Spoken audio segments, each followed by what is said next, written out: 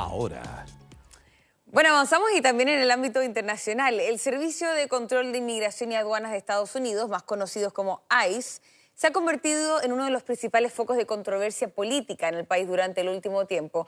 Bueno, queremos hablar sobre esta situación con Fernando Wilson, quien es analista internacional y académico de la Universidad Adolfo Ibáñez. ¿Cómo está? Hola, buenos días. Muchas gracias por la invitación. Gracias a usted por tener esta conversación a esta hora con nosotros. Bueno, en primer lugar, sabemos que el tema ICE ha sido un tema bien conflictivo, ya diría semanas, incluso meses, ¿no? Por los distintos casos que se han visto. Pero ahora se dio esta situación que en los Grammy, y ahí me dice si coincides o no, creo que se hace un escenario más complejo aún quizás para Donald Trump, porque lo que pasa es que esto, los Grammy de cierta forma funciona como un megáfono, por así decirlo, al ámbito internacional.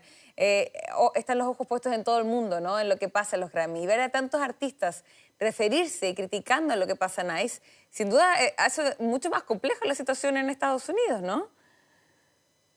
A ver, sí y no.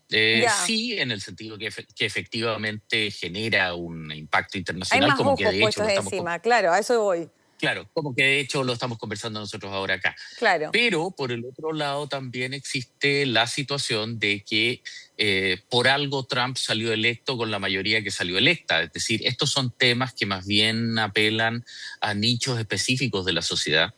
Y en particular en Minnesota, donde no podemos olvidar que el gobernador Tim Walz, que fue la combinación para vicepresidente de la postura, de la candidatura de Kamala Harris. Por lo tanto, es un estado particularmente sensible, pero que además tiene la particularidad, al ser un estado del Midwest del norte, tiene una muy baja densidad de migración, legal o ilegal.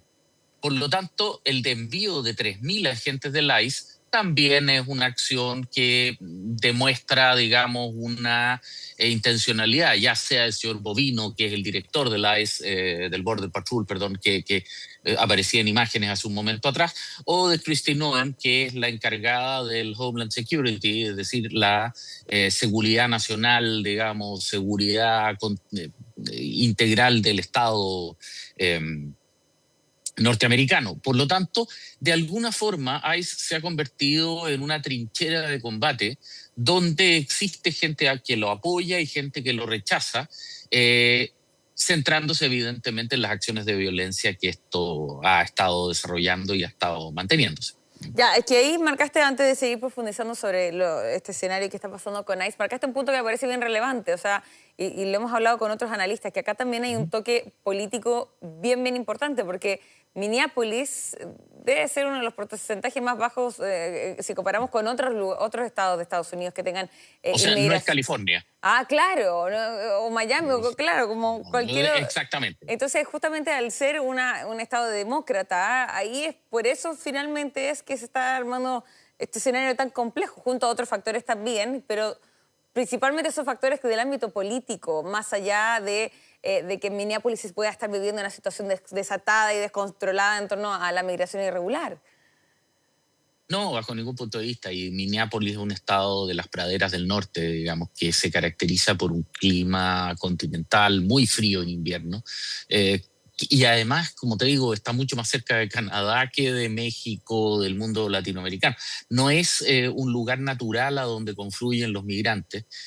Salvo el caso que se dio específicamente bajo este gobernador y una congresista específica que habría llevado migrantes somalíes. Claro. En un programa que está siendo muy cuestionado porque habría manejos turbios de dinero y que eso de alguna manera se convierte en una de los catalizadores de este proceso. Pero de alguna forma, en términos generales, respecto a lo que es migración ilegal y particularmente presencia latinoamericana y sobre todo venezolana con el Tren de Aragua, temas que nosotros también conocemos por acá, es marginal en relación a lo que son las estructuras generales de los cánones de migración en Estados Unidos. Claro. Ahora, ¿qué repercusiones ves que puede existir en torno a todo este escándalo que está sucediendo con ICE? 2 personas asesinadas, lo hemos visto también, este niño de 5 años que fue recluido. O sea, ¿cómo ves que las repercusiones que pueden existir? A ver, trágicamente, ICE como órgano fue creado el año 2003 sobre la base de las leyes de seguridad del 2002, después de los atentados a las Torres Gemelas. Ujú. Y como órgano operativo, el nombre lo dice todo, digamos, es Immigration and Customs Enforcer. Enforcer significa aplicador o ejecutor, es decir, es un órgano de aplicación. Ahora, está dividido en dos departamentos. Un departamento de inteligencia, que más bien trabajan en funciones antiterroristas, el ERI, y el HSO, que es precisamente el órgano que nosotros vemos en las calles.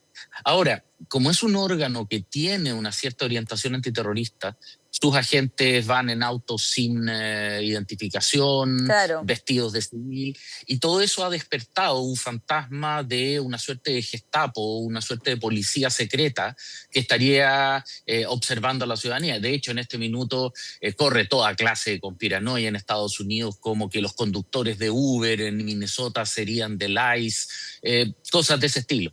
Pero eso ya es, de alguna manera, un escape que de alguna forma se conecta un poco con lo que pasó en los premios, donde de alguna forma el gran contraste es el hecho de que Trump ya anunció directamente el retiro del ICE, no van a haber redadas en Minnesota, por decirlo de alguna manera, perdió, se rindió.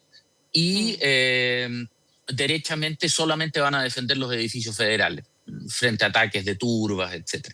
Pero esto puso un dedo en la llaga de uno de los temas centrales que de alguna forma viene debatiéndose en Estados Unidos desde los atentados a las Torres Gemelas, que es hasta dónde incrementar la seguridad reduce la libertad, que es la base de toda democracia liberal, digamos. Es decir, tú Claro. tienes un debate de proporciones. ¿Hasta dónde tú estás dispuesto a ceder libertad para que los órganos de seguridad del Estado te provean esa seguridad, y hasta dónde esa seguridad comienza a coartar tu propia libertad? Y eso es lo que estamos viendo al final del día en debate en Minnesota. Claro, bueno, ese es un tema sin duda bien relevante y también considerando que ICE siempre fue, al menos como lo decía Donald Trump, ¿no? Que principalmente para la migración irregular, ¿no? Siempre ponía este manto de dudas sobre los migrantes irregulares y finalmente las dos personas asesinadas son ciudadanos estadounidenses. Entonces ahí también hay una crítica Exacto. y una preocupación de cómo está funcionando esta fórmula que se busca aplicar también. A ver, el problema es que estos ciudadanos norteamericanos, sin querer defender en lo más mínimo su asesinato, por favor, estaban entrando en, de alguna manera, forcejeos o en contacto físico con agentes federales americanos. Y eso es algo que está estrictamente prohibido, y lo que le ocurrió a esas dos personas le habría ocurrido de haber intentado hacer lo mismo con un agente de la Alcohol, Tobacco and Firearms, de la DEA, en general de cualquier otro órgano federal, del FBI, que decir. Es decir, de alguna manera se expusieron por un esquema de olvidar que al final del día estas personas son agentes federales que están autorizados a usar fuerza letal si es que se sienten amenazados. Lo cual, y como esa es una consideración netamente individual, da origen o da lugar a la catástrofe que hemos estado viendo. Ahora, ICE, esto no es nuevo. ICE viene desarrollando operaciones de estas mismas características. Por ejemplo, bajo el primer gobierno de Obama se expulsaron 400.000 migrantes ilegales y hubo 50 muertos. Es decir, y de hecho, su premio ironía, Obama condecoró al señor Harmon, que es el director del ICE. Claro. Entonces, en ese sentido, el punto al final del día tiene que ver con ser capaces de alguna manera, entender que ICE no es una organización recién creada, y por más que a nivel de cultura popular se lo esté considerando una Gestapo, atacar a esta gente tiene consecuencias. Y trágicamente la señora Goodman y el señor Petty ya lo encontraron de la peor forma. Sí, bueno, sí, no. Es bien interesante ese análisis y, bueno, finalmente lo que estábamos hablando, ¿no? Hay dos personas que Ujú. lamentablemente perdieron la vida. Es una tragedia. Es una tragedia, sí, sin lugar a dudas. O sea, uno lo que menos espera es que se pierdan la vida, menos cuando son personas que finalmente hasta la investigación hasta el momento no se ha apuntado a que ninguno de ellos haya cometido algún tipo de delito. Ahora, más allá de, Perdón, como estabas diciendo, que en algún caso sí sí. se pudo haber generado una confrontación, pero te quería preguntar también cómo queda, bueno, más allá de, bueno, esta lamentable situación, hay una investigación en curso, por supuesto, la figura de Donald Trump, porque, a ver, como lo estabas mencionando en el inicio de esta entrevista, ¿no? No hay que sorprenderse porque finalmente lo que buscaba el nicho o las personas que también votaron por Donald Trump es mayores medidas de seguridad, ¿no? Eso siempre estuvo uno de los principales enfoques de Donald Trump.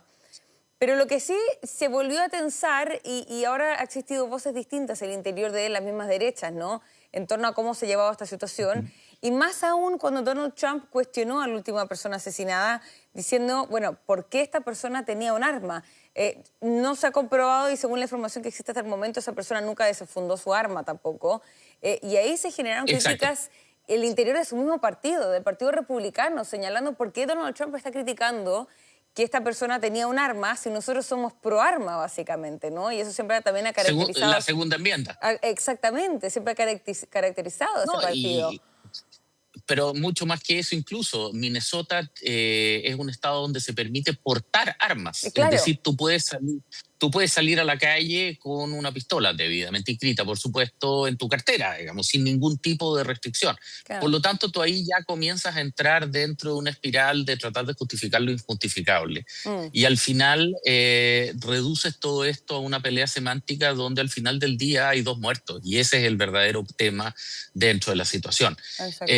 Bueno, esto le está costando a Donald Trump fuertemente, ya descendió a 37% en las encuestas y, digamos, si bien es cierto, todo indicaba que le iba a ir relativamente bien en las elecciones midterm a finales de este año, ahora todo pareciera indicar que perdería la mayoría en la Cámara de Representantes, generando de esa manera un escenario y una visión cuando menos compleja y exótica, digamos.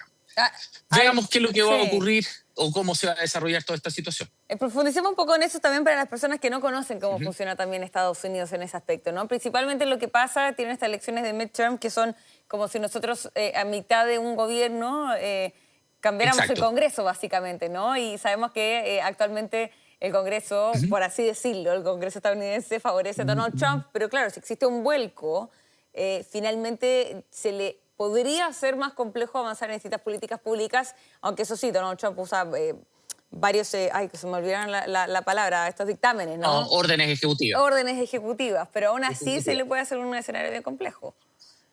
A ver, en términos estrictos, el Congreso norteamericano renueva completamente la Cámara de Diputados, la Cámara de Representantes, como le dicen ellos, cada 2 años. Claro. Son de duración muy corta. Y el Senado se renueva cada 2 años en 1/3. Eso significa que no solamente la Cámara de Representantes puede quedar completamente modificada, sino que puede haber alteraciones importantes en el Senado, donde si bien es cierto Trump tiene una mayoría, naturalmente no es tan masiva como pudiera ser en la Cámara de Representantes. Por lo tanto, cambios electorales, swing votes en 1 o 2 estados pueden alterar esa mayoría.